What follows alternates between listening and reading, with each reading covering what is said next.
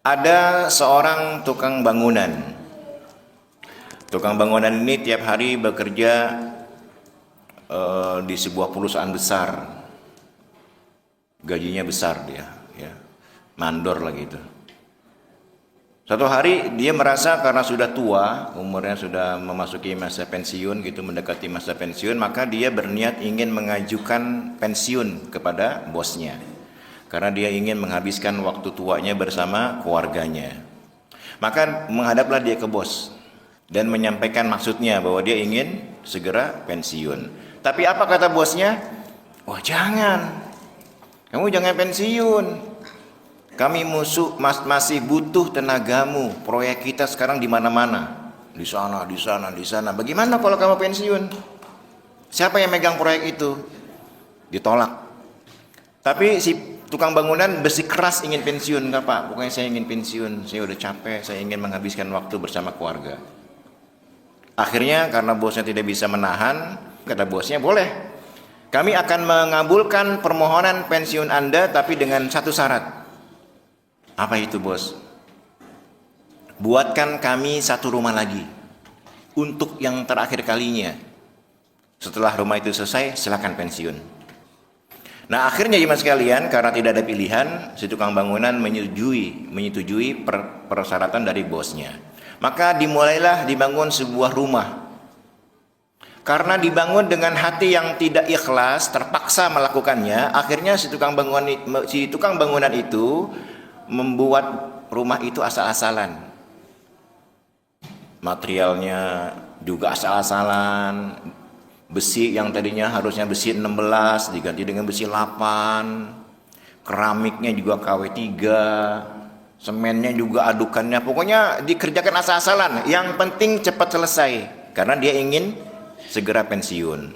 Singkat cerita, selesailah rumah tersebut. Dan si tukang bangunan menyerahkan kuncinya kepada si bos. Ini bos, sudah selesai, lapor. Apa kata bosnya jemaah sekalian? Bosnya berkata, wahai saudaraku, rumah yang baru saja engkau bangun terakhir kalinya itu adalah untukmu. Rumah yang baru saja engkau selesaikan itu adalah untukmu. Itu bonus dari kami. Karena engkau telah bekerja bersama kami selama puluhan tahun dan telah mendatangkan keuntungan yang sangat banyak. Silakan ambil rumah itu untukmu. Apa yang terjadi jemaah sekalian? Si tukang bangunan menyesal. Kalau dia tahu bahwa rumah yang dibangun terakhir kali itu adalah untuknya, pasti dia melakukannya tidak asal-asalan. Materialnya yang bagus, keramiknya yang super, yang rapih dia bangun, yang kuat. Kenapa? Karena dia tahu bahwa rumah itu adalah untuknya. Nah, ini dia mengerjakan asal-asalan. Rumah itu nggak akan bertahan lama, menyesal. Nah, ini sebagai ilustrasi jemaah sekalian dari cara kita ini beribadah pada Allah. Terkadang kita ini beribadah pada Allah itu cenderung asal-asalan dan hanya sekedar, banyak di antara kita hanya sekedar menggugurkan kewajiban. Sholat, selesai. Yang penting sholat. Udah sholat belum? Udah. Nggak tahu kualitas sholatnya seperti apa. Asal-asalan aja. Puasa juga gitu. Kalau ingat, infak, sedekah, kalau diminta. Nah, ini cara kita ibadah kepada Allah tuh cenderung seperti itu. Hanya sekedar menggugurkan kewajiban. Padahal sesungguhnya ibadah yang kita lakukan, mungkin kita capek harus bangun malam. Sholat mungkin agak sedikit lama. Membaca ayatnya secara tumakninah. Puasa kita harus menahan lapar, haus. Ngapain coba? Dari pagi sampai malam, sampai maghrib itu kita menahan lapar dan haus.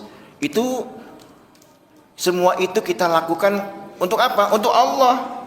Yang nantinya faidahnya itu akan kita dapatkan nanti di akhirat.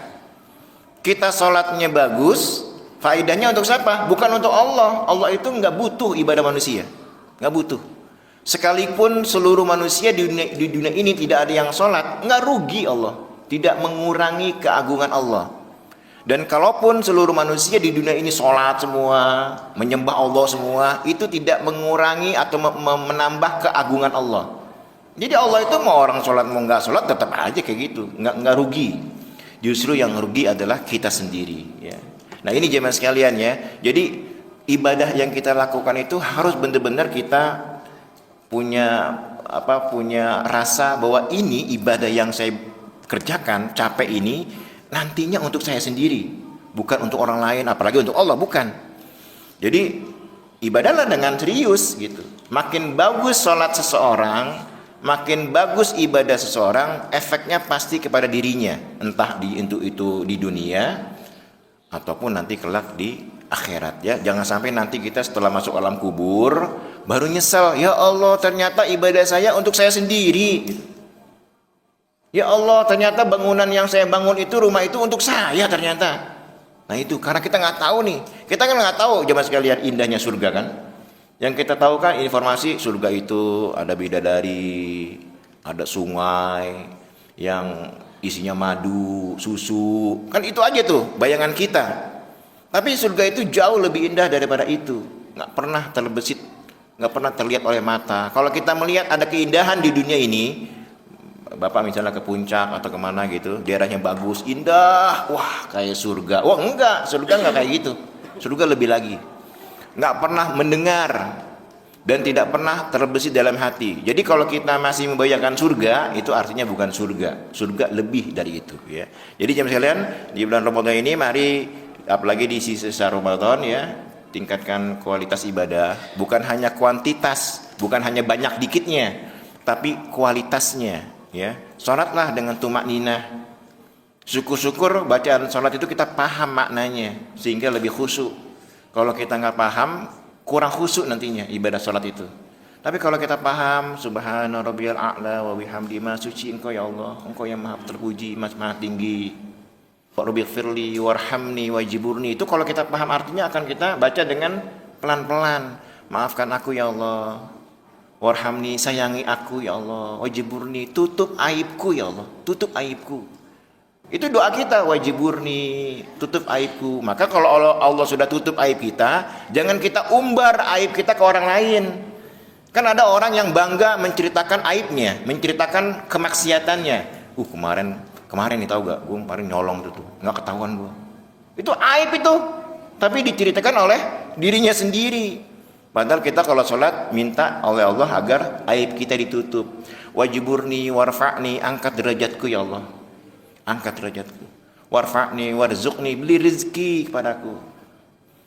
Wahdini, beli petunjuk kepadaku. Wa'afini wa'afani, sehatkan aku dan maafkan aku. Nah itu kan doa ketika duduk antara dua sujud ya. Makin kita memahami doa-doa dalam sholat itu, maka sholat kita akan tumakninah dan lebih meresapi ya.